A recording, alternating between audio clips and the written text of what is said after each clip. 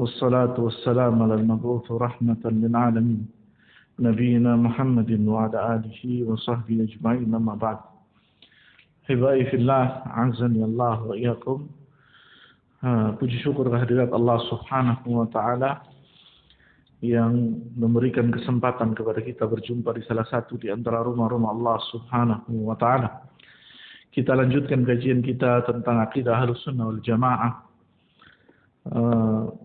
pada prinsip atau al-asal al-ashir, prinsip yang ke-10, bagaimana sikap Ahlussunnah wal Jamaah terhadap ahlul bidah, orang yang melakukan perbuatan bid'ah, wal ahwa, orang yang memperturutkan hawa nafsu mereka dan menyelisihi syariat Allah Subhanahu wa taala. Kemarin telah dijelaskan tentang apa itu bid'ah dan bagaimana batasannya. Dan jangan sampai kemudian kita menyalahfahami tentang masalah bid'ah. Karena banyak orang salah faham tentang masalah bid'ah sehingga kemudian orang yang mengingatkan tentang masalah bid'ah jadi sasaran. Itu yang pertama. Yang kedua, jangan alergi dengan kalimat bid'ah. Kalimat bid'ah ini adalah kalimat yang ada di dalam syariat Islam. Bukan dimunculkan akhir-akhir ini, sudah ada semenjak zaman Nabi SAW. Maka jangan kemudian kita merasa alergi dengan kalimat bid'ah. Nah, setiap ada orang ngomong bid'ah, wah ini orang nggak benar, nggak mau dengerin. Nah, kalimat bid'ah yang munculkan sama Nabi. Sebagaimana kalimat salaf. Ada orang alergi, wah ini ajaran baru. Salafi ini ajaran baru. Apa di zaman Nabi tidak ada? Nabi pernah mengatakan kalimat kepada anaknya, wanita yang bernama Fatimah. Apa kata Nabi? Ni'matus salaf ana laki. Sebaik-baik pendahulu adalah aku terhadapmu, kata Nabi SAW. Dan kalimat salaf ada di dalam Al-Quran. Ada di dalam bahasa Arab. Ada. Bukan mukhtara, bukan kalimat yang muncul baru. Wah, akhir-akhir inilah. Jadi terhadap istilah-istilah syariat jangan alergi.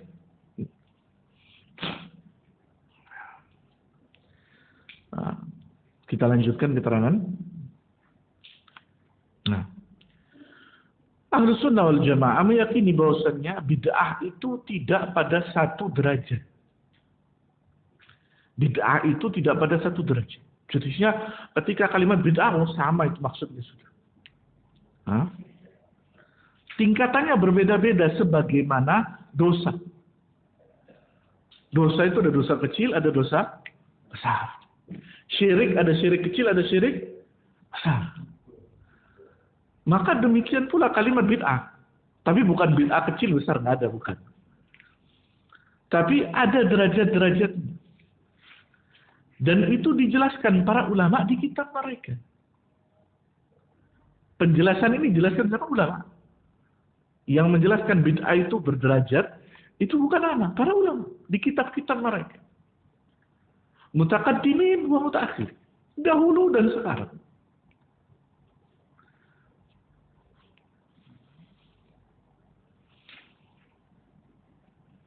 Sehingga ketika kalimat bid'ah ini bukan kalimat yang pada satu tensi, maka menghukumi pelakunya juga berbeda-beda.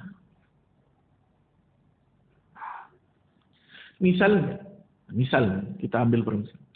Ada seseorang yang melakukan perbuatan bid'ah. Apakah kemudian dihukumi ketika kita membaca hadis, Nabi mengatakan apa? Kullu bid'atin dhalalah wa kullu dhalalatin fin. Wah, berarti ini finnar ini. Apa seperti itu? Lah. Bedakan ketika kita menghukumi perbuatan dan pelakunya. Ketika disebutkan di sini seburuk-buruk perkara. Berarti apa? Amalnya. Apakah ketika seorang yang mengamalkan amalan yang menyebabkan dia masuk neraka, maka dia pasti masuk neraka? Dilihat dulu. Maka tidak bisa kemudian bid'ah ini digebyah-uyah. Tentang derajatnya, tentang pelakunya, tentang sifat bid'ahnya itu sendiri, tentang bagaimana kita menghukumi orang yang melakukan perbuatan bid'ah. Paham? Jadi, misalnya begini. Ada orang jahil. Orang bodoh, tidak ngerti agama. Dia tidak tahu apa yang dia kerjakan ini perbuatan bid'ah. Kemudian dia mengerjakan perbuatan ini karena kejahilan. Apa sikap kita? Memberitahu kepada orang ini. Pak, yang Bapak kerjakan ini menyelisihi sunnah Nabi.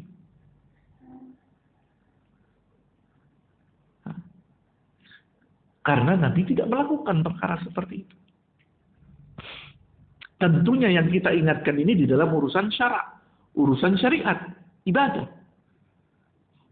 Bukan nanti orang senam pagi, Pak, Bapak bid'ah. Nggak ada kaitannya bid'ah sama senam pagi.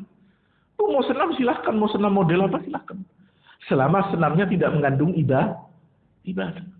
Karena ada gerakan senam yang mengandung ibadah. Apa misalnya? Yoga. Atau apa lagi? Ayo.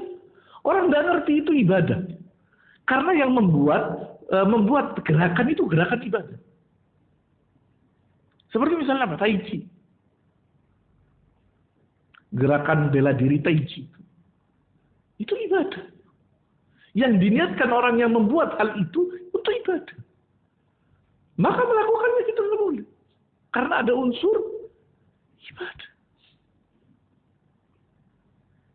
Kecuali memang betul berkait. Murni apa? Seni bela diri.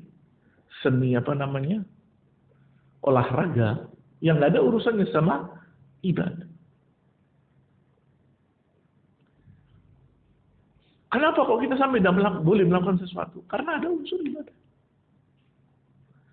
Maka ibadah itu sifatnya tauqifi.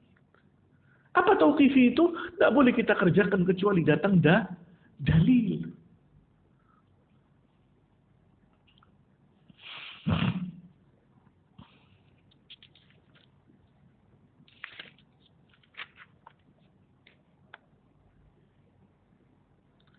Maka ketika bid'ah ini berbeda-beda tingkatannya, maka berbeda-beda hukumnya.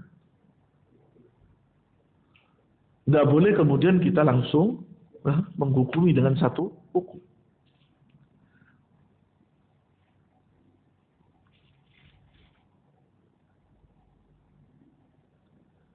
Dan seorang yang terfitnah kepalanya, pemikirannya, dengan urusan bid'ah, maka harus dibersihkan kerancuannya dulu. Dari perkara-perkara seperti ini. Kadang orang salah memahami tentang agama ini. Sehingga ketika jalan pikirannya keliru, yaitu apa yang dia kerjakan. Dia menganggap apa yang dia kerjakan yang menyelisihi sunnah ini adalah sesuatu yang dibolehkan.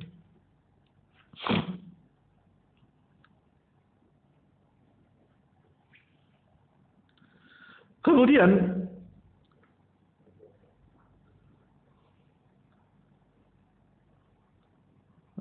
Ahlus Sunnah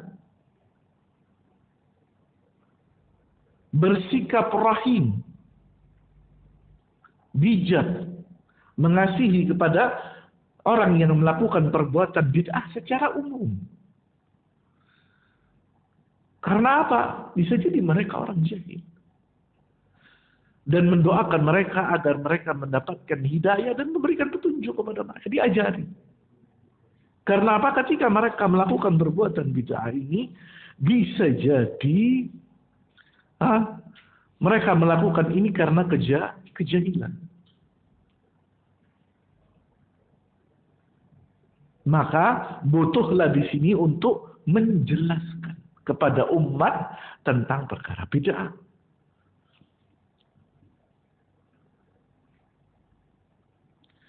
Adapun bagaimana mereka menerima penjelasan kita, mau atau tidak, itu urusannya siapa? Kita kembalikan kepada Allah. Hidayah itu miliknya Allah. Nah, hidayah itu ada dua. Hidayatul irsyad wal bayan dan hidayatul taufik. Hidayatul irsyad wal bayan, yaitu memberikan petunjuk kepada manusia agar mereka mendapatkan hidayah Allah, itu tugas kita. Menyampaikan manusia kepada hidayah taufik. Adapun hidayah taufik itu miliknya Allah. Kita tidak mampu untuk memasukkan hidayah ke hati manusia. Nah, sampai dikatakan oleh seorang ulama, saya lupa namanya, jikalau seandainya al-haq itu di tangan kiri kita, hati itu di tangan kanan kita, kita tidak bisa masukkan al-haq ini di dalam hati seorang, kecuali Allah menghendaki. Tugasnya manusia, walaysa lana illa balaghul mubin. Tugas kita menyampaikan, memberikan penjelasan. Diterima atau tidak bukan tugas kita. Jangan jadi guru yang mengajar muridnya di kelas. Kalau nggak terima dihukum. Nggak benar ini. Bukan, itu bukan tugas kita. Tugas kita nyampaikan.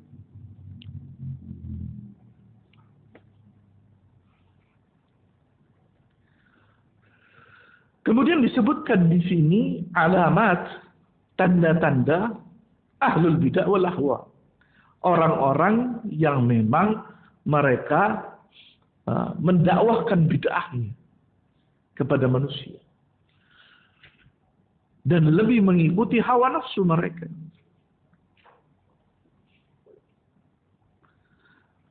Disebutkan oleh para ulama tentang ciri-ciri mereka yang kita berhati-hati atas mereka.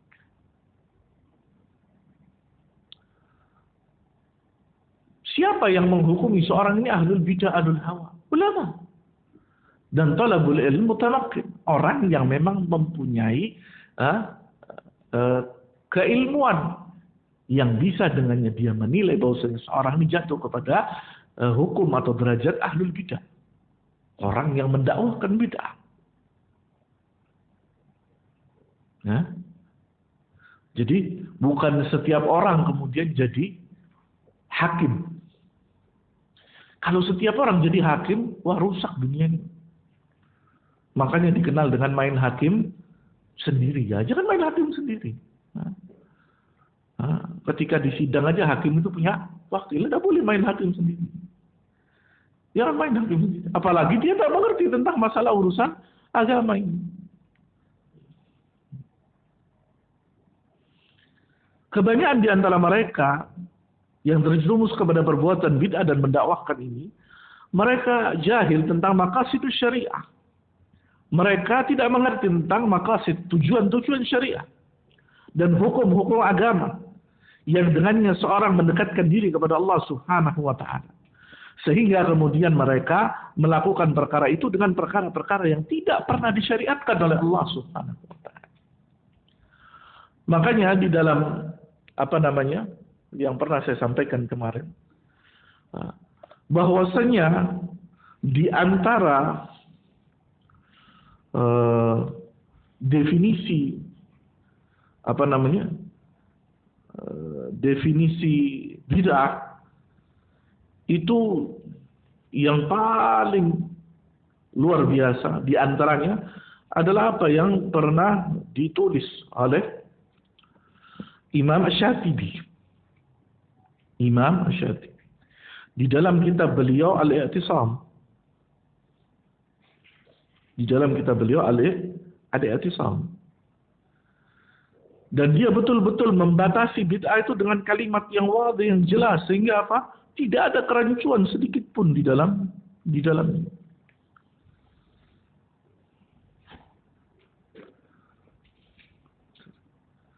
Ana lupa tadi bawa apa? Ta'arif ini. Coba kita lihat apakah ada ya.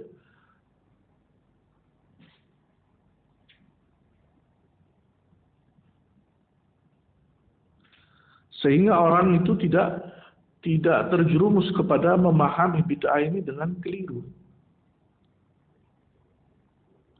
Ketika kita keliru memahaminya, akhirnya hancur. Kalimat Imam Syatibi yang luar biasa.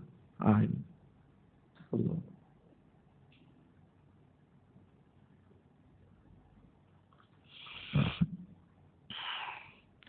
Imam Syatibi mendefinisikan bid'ah di kitab beliau Al-I'tisam adalah tariqatun fid din mukhtara'atun tudahi syariah yaqsudu bis-suluki 'alaiha ma yaqsudu bitariqati syariah. Ini pengertian bid'ah menurut Imam Syatibi. Sehingga kalimat ini membatasi seorang mana yang nyelup kepada bid'ah, mana enggak. Apa bid'ah itu? Tariqah, satu cara. Fiddini, di dalam urusan agama. Jadi jangan ngomong nanti helikopter itu bid'ah, pesawat bid'ah itu. Travel haji bid'ah. Dibatasi apa? Tariqah fiddini. Urusan agama ini. Bukan urusan penemuan-penemuan. Nanti kayak kemarin, wah berobat itu bid'ah, jangan ke dokter. Terus kemana? Ke dukun. Ya ini lebih parah lagi. Mukhtara'ah. Yang cara ini nggak pernah ada sebelumnya. Tudahi syariah. Yang cara ini adalah meniru-niru syariat. Yaqsudu bis-suluki 'alaiha ma yaqsudu bitariqah syariah. Yang tujuannya menjalankan perkara ini adalah sebagaimana tujuannya jalan-jalan syariah. Saya ulangi lagi, bid'ah itu adalah cara di dalam agama yang baru tidak pernah ada sebelumnya, menyerupai syariah. Yang dituju dengan melaksanakannya adalah sebagaimana tujuan syariah. Ini adalah definisi bid'ah menurut Imam Asy-Syatibi. Kita kembali lagi kepada ciri tanda orang yang melakukan atau pelaku bid'ah. Sudah dijelaskan tadi, dia jahil tentang syariah. Dia jahil tentang maqasidus syariah, tujuan-tujuan syariah. Kemudian juga disebutkan di sini di antara sifat mereka wal furqa wa tafarruq wal mufaraq al jamaah. Mereka berkelompok-kelompok, bikin kelompok sendiri.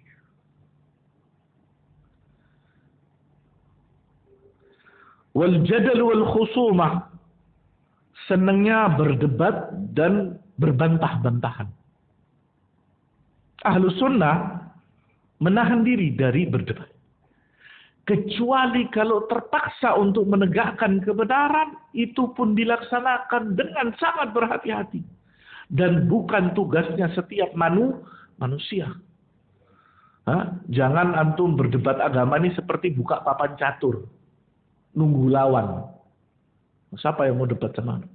Ya enggak beres ini.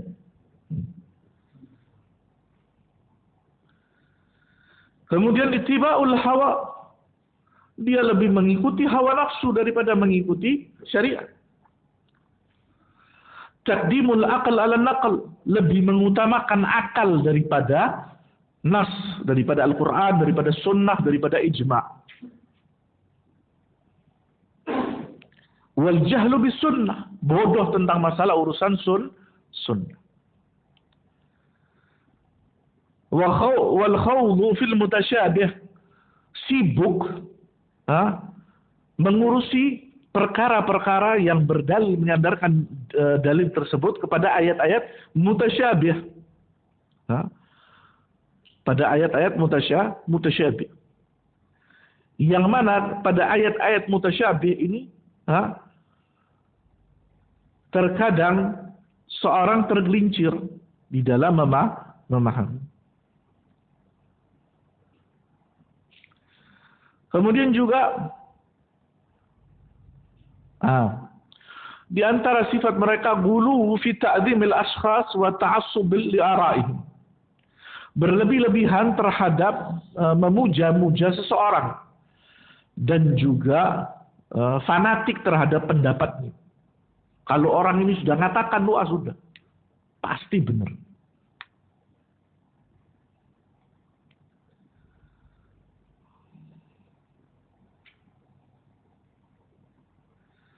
Kemudian juga tasyabbuh bil kufar. Terkadang ciri mereka mengikuti tindakan orang-orang kafir.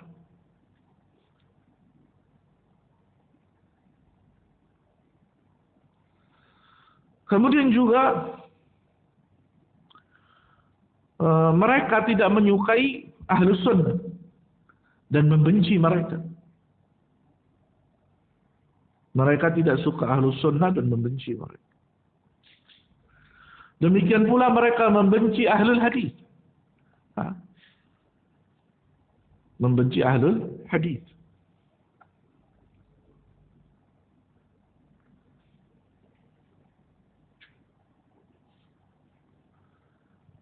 Dan juga mereka tidak menyukai orang-orang yang tidak mengikuti kelompok mereka. Kalau tidak melok kelompoknya kita, ya tidak selamat. Tak melbu swarga. Nah, swarganya dikapling. Dan juga terkadang mereka melemparkan kepada kita tuduhan kita ini hobi mengkafirkan orang. Ditanya pada yang mana?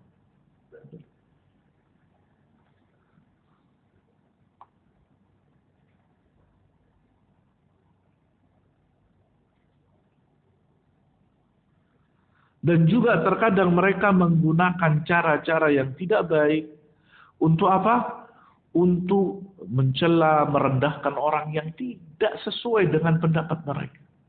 Padahal kadang-kadang pendapat itu adalah bukan pendapat masalah akidah, tapi urusan fikih. Dan di situ kadang bab atau masalahnya adalah masalah yang luas.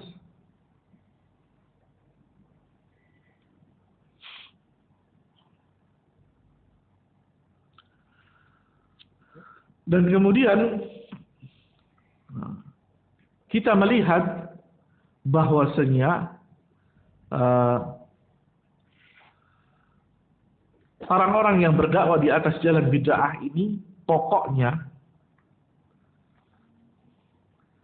adalah beberapa kelompok yang disebutkan oleh para ulama. Inti pokok mereka itu adalah beberapa kelompok yang kelompok mereka itu disebutkan para ulama di kitab-kitab mereka. Siapa mereka? Yang pertama yaitu Ar-Rawafid, Rafidah, atau lebih dikenal sekarang dengan sebutan Syiah. Kenapa kok disebutkan di sini Rawafid atau Rafidah? Karena dahulu di zaman Imam Ahmad kalau tidak salah, antara Syiah dan Rafidah itu beda. Rafidah itu adalah orang-orang yang disebutkan saat ini Syiah dengan berbagai macam sekte. Syiah di zaman Imam Ahmad itu siapa? Syiah itu orang yang lebih mengutamakan Ali daripada Abu Bakar, Umar, dan Utsman. Itu Syiah. Lebih kepada yang disebutkan dengan nama Syiah Zaidiyah. Sekarang hampir bisa dipastikan tidak ada Syiah kecuali Rafidah. Dengan berbagai macam akidahnya. Yang paling banyak termasuk di negeri kita ini yaitu Syiah Imamiyah Itsna Asyariyah. Syiah dengan 12 imam. Dengan akidah-akidah mereka. rukun imannya beda, rukun Islamnya beda, akidahnya beda.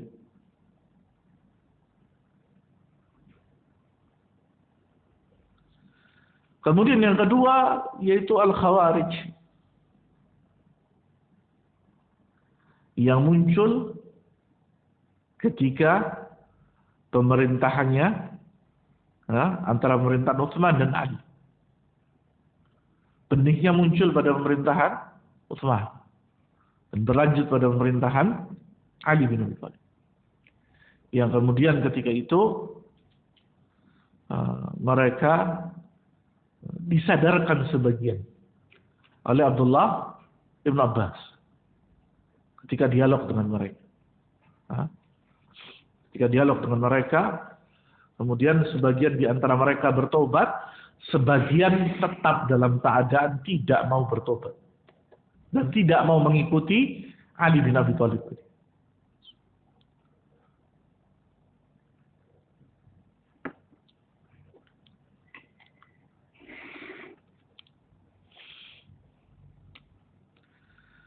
Kemudian di antara mereka adalah kelompok Jahmiyah, Qadariyah, dan Murji'ah. Ini kelompok-kelompok yang menyimpang di dalam urusan takdir atau qadar Allah Subhanahu wa ta'ala.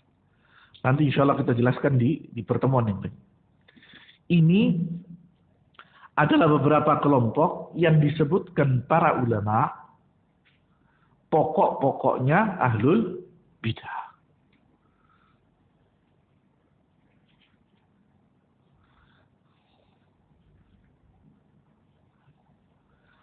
Kemudian dikatakan bahwasanya ahlus sunnah adalah orang yang memperjuangkan sunnah dan menegakkan sunnah dan berupaya memerangi bid'ah dan pelakunya. Ingat, ketika Anda mengatakan kalimat memerangi bid'ah dan pelakunya, bukan memerangi itu, kalimat memerangi itu mesti diinisiasi dengan bawa senjata. Enggak. Memerangi itu dengan dalil, menyampaikan kepada umat. Jadi ketika ada orang menyampaikan memerangi, wah ini tukang bunuh orang katanya. Itu bukan. Ini salah paham lagi. Dan kalimat memerangi di dalam bahasa Indonesia itu bukan kalimat yang pasti, itu pasti perang. Misalnya ada satu kelompok yayasan apa memerangi buta huruf. Apa orang yang buta huruf ditembakin? Enggak. Diajarin supaya bebas dari buta huruf. Bukan kalimat yang salah, sudah su'don dari awal. Wah ini perang ini. Kelompok ini nggak beres.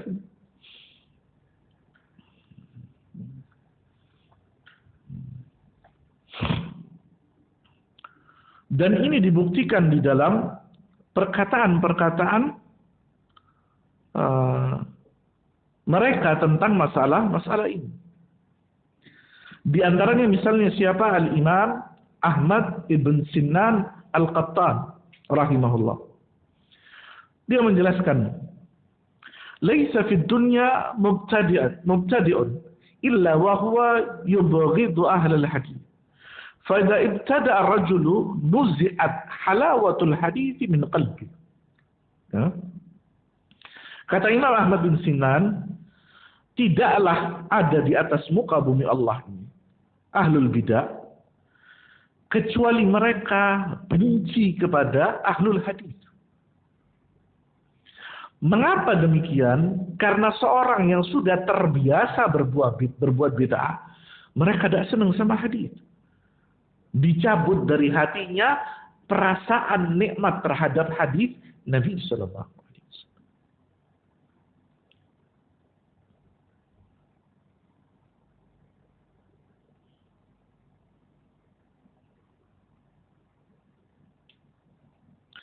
Disebutkan juga dari Imam Abu Hatim Al-Hamdali Al-Razi, satu ulama yang luar biasa. Di antara kitab beliau adalah Aslus Sunnah wa I'tiqaduddin. Nah, dan ucapan ini diambil dari kitab beliau. Dan beliau mempunyai karya yang luar biasa tadi. Dia mengatakan alamatu ahli bidah al-waqi'atu fi ahli al-athar. Wa alamatu az-zanadiqah tasmiyatuhum ahli al-athar hasyawiyyatun yuriduna ibtalul athar. Tandanya orang ahlul bidah itu apa? Suka mencela orang-orang yang mengikuti athar, yang mengikuti sunnah Nabi, sunnah sahabat, dan orang yang mengikuti mereka dengan baik. Dan tandanya orang-orang zindiq, orang-orang munafik, yaitu menggelari mereka dengan gelar-gelar yang jelek. Disebutkan di sini salah satu gelarnya itu hasyawiyah, yaitu orang-orang yang sibuk dengan perkara-perkara yang remeh. Yuriduna, apa tujuannya? Ibtal athar, agar orang-orang itu menjauhi athar. Demikian pula Jahmiyah menuduh Ahlus Sunnah musyabbihah. Menuduh Ahlus Sunnah orang yang musyabbih. Musyabbih ini apa? Mensifati Allah dengan sifat makhluk. Padahal tidak ada. Tidak ada dalam kitab Ahlus Sunnah itu menyerupakan Allah dengan makhluk. Kenapa kok mereka mengatakan kita menyerupakan Allah dengan makhluk? Karena namanya sama. Seperti contohnya apa? Yad. Di dalam Al-Quran disebutkan yadullah fawqa aydihim. Tangan Allah di atas tangan-tangan mereka. Dari sini kita menetapkan Allah punya tangan. Oh, musyabbih. Orang yang menyerupakan Allah dengan makhluk. Siapa yang mengatakan punya tangan? Siapa yang mengatakan? Allah sendiri. Di dalam Al-Quran.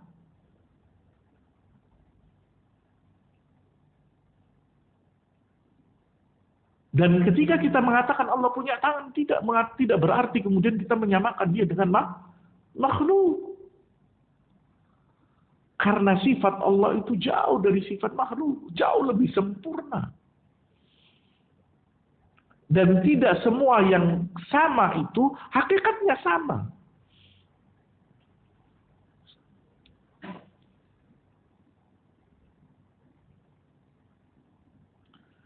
Demikian pula alamat al-murji'ah. Cirinya orang-orang murji'ah. Apa orang-orang murji'ah? Tasmiyatuhum ahli sunnah mukhalafatun wa nuqsaniyah. Menggelari ahlu sunnah itu mukhalafah nuqsaniyah. Orang yang menyimpang dan banyak kekurangannya. Wa alamatul rafidah. Dan cirinya orang rafidah. Tasmiyatuhum ahlu sunnah nasibah. Mereka menggelari ahlus sunnah itu sebagai nasibah, orang yang ada suka dengan ahlul bait Nabi. Nah, ahlus sunnah mencintai ahlul bait sesuai dengan apa yang diajarkan Nabi SAW.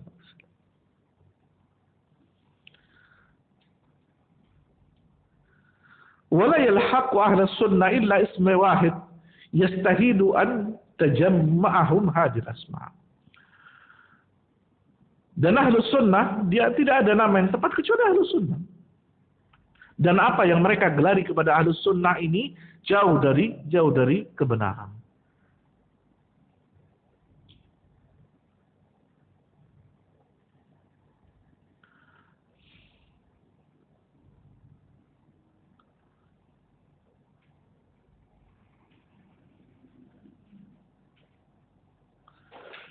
Wakila lil Imam Ahmad, dikatakan kepada Imam Ahmad rahimahullah. Zakaru li ibni Qatilah di Makkah ashabul hadis. Faqala ashabul hadis qaum su'. Mereka menyebutkan kepada Ibnu Qatilah yang berada di kota Makkah bahwasannya ahlul hadis. Siapa ahlul hadis? Faqala ashabul hadis qaum su'. Ahlul hadis itu orang-orang jelek. Mereka menggelari ahlul hadis itu dengan hal yang buruk.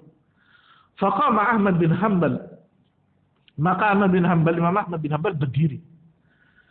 Yanqudu thawbahu, kemudian menarik baju mereka yang mengatakan bahwasanya ahlul hadis ini kaum su'. Wa yaqulu zindiq hatta dakhala al-bayt. yang mengatakan bahwasanya orang ini adalah orang zindi sampai ia masuk ke Baitullah. Ini marahnya Ahlus Sunnah ketika orang-orang itu menggelali Ahlul Bidah itu menggerai Ahlus Sunnah atau Ahlul Hadis dengan perkataan yang buruk. Mengapa mereka jengkel? Kenapa? Ahlul Hadis orang yang menjaga hadis Nabi SAW. Dan sampainya hadis Nabi kepada kita melalui mereka. Dan mereka orang yang menjaga hadis Nabi SAW.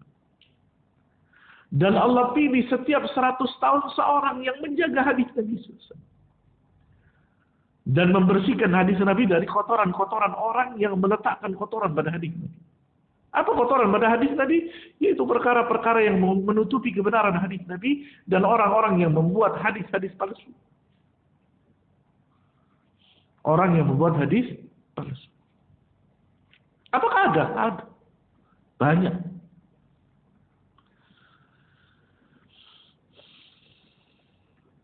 Dan Allah Subhanahu wa taala menjaga Ahlus Sunnah dan Ahlul Hadis dari cacian maki mereka. Dan kemuliaan mereka tidak akan berkurang dengan cacian mereka. Kemuliaan mereka tidak berkurang dengan cacian orang-orang zindik dan orang-orang munafik.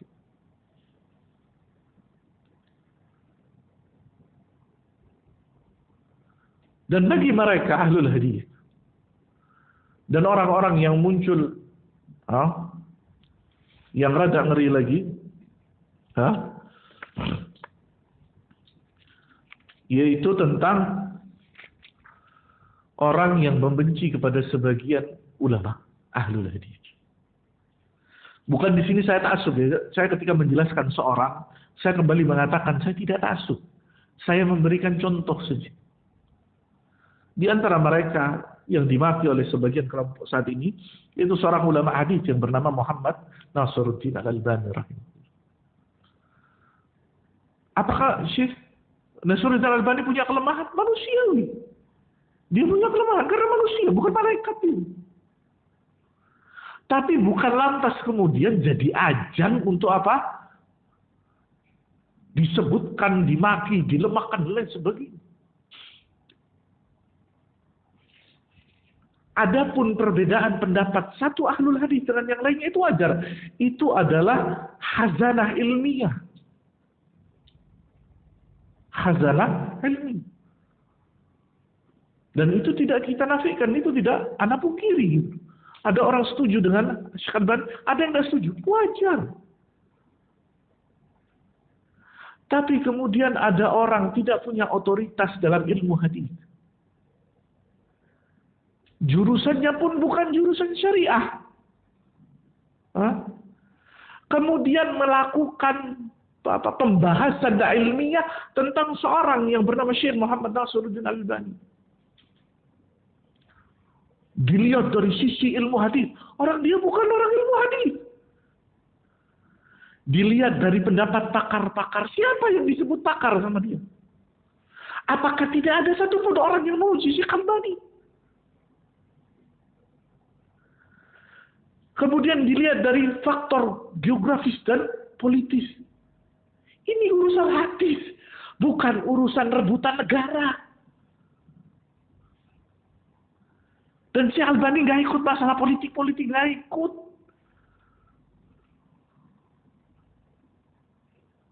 Kemudian dibawalah orang-orang yang mengkritik Syekh Albani, yang menjelekkan. Kalau dia mau adil, bawa yang mendukung, bawa yang mengkritik, ya kan? Biar adil gitu loh. Pro dan kontra. Enggak, ini dibawakan yang tidak setuju. Oh ini, fulan pakar hadis. Terus apakah orang yang pakar tidak memuji Syekh Albani? Katsir. Banyak orang yang memuji Syekh Albani.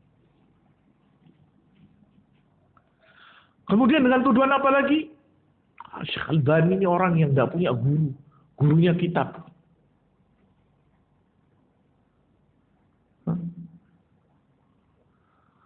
Apalagi yang dikatakan banyak tujuan. Dan Syekh Albani tidak akan turun derajatnya dengan penghinaan mereka. Dan siapapun kemudiannya, sebelum Syekh Albani dan setelah Syekh Albani. Tujuannya apa mereka sih ingin? Mereka itu jengkel. Kenapa mereka jengkel? Karena orang-orang saat ini, orang-orang yang datang belakangan, seperti kitab yang kita bahas, mereka tulis di sini Sahih Sunan Abi Dawud lil Albani. Dinukil dari kitab Sahih Sunan Abi Dawud. Karenanya siapa? Syekh. Atau Sahahul Albani. Hadis ini disahihkan Albani. Sopo Albani? Kok namanya disebut sana kemari? Pertanyaannya, apakah orang yang nulis buku ini ditodong sama Syekh Albani suruh nulis buku? Enggak. Bebas mereka menukil dari kitabnya Syekh Albani ataupun tidak. Apakah kemudian orang yang tidak menukil bukunya Syekh Albani kehilangan ilmiahnya? Ya juga enggak. Syekh Albani bahkan membaca buku mereka. Dan Syekh Albani tidak alergi. Jadi hilang cara berpikir ilmiah mereka ketika pas sudah nggak senang sama fulan.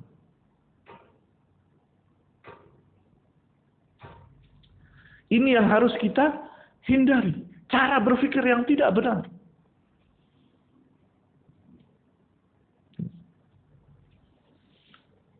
Dan Syekh Albani saya jadikan contoh loh. Jangan kemudian, Ustaz Ali ini ta'assub sama Syekh Albani. Ya.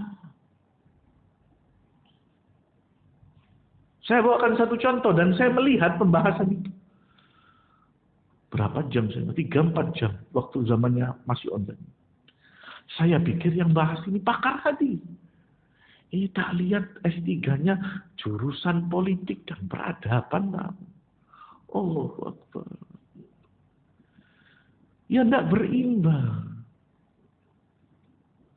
Kalau membahas pakar hadis, ya orang yang ngerti masalah ilmu hadis.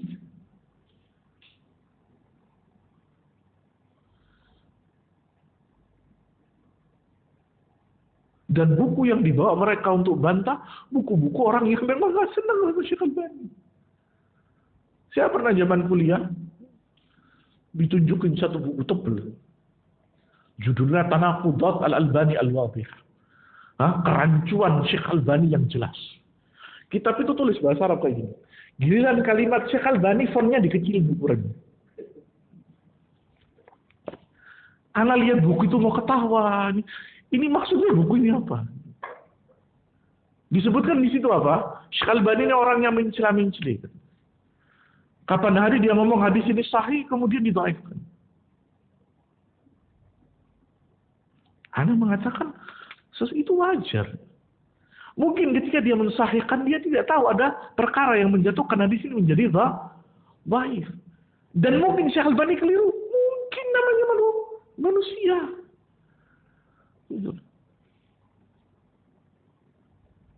Ngapain terus jadi tukang kutu nyari kesalahannya? Orang. Dan perbedaan menilai hadis itu apakah ada di zamannya Syekh Albani? Ada aja. Sebelumnya sudah ada. Bukan perkara aneh gitu loh. Tapi kok gilirannya Syekh Albani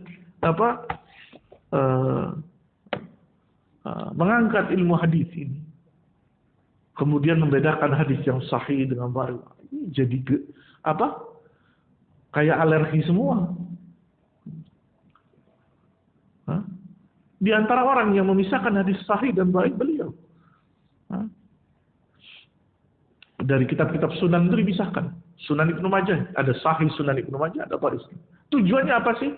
Supaya umat mudah. Kalau berbeda pendapat, wajar. Saya mengatakan berbeda pendapat, menilai hadis wajar. Jangan kemudian jadi ajang untuk kita menilai dan lain sebagainya.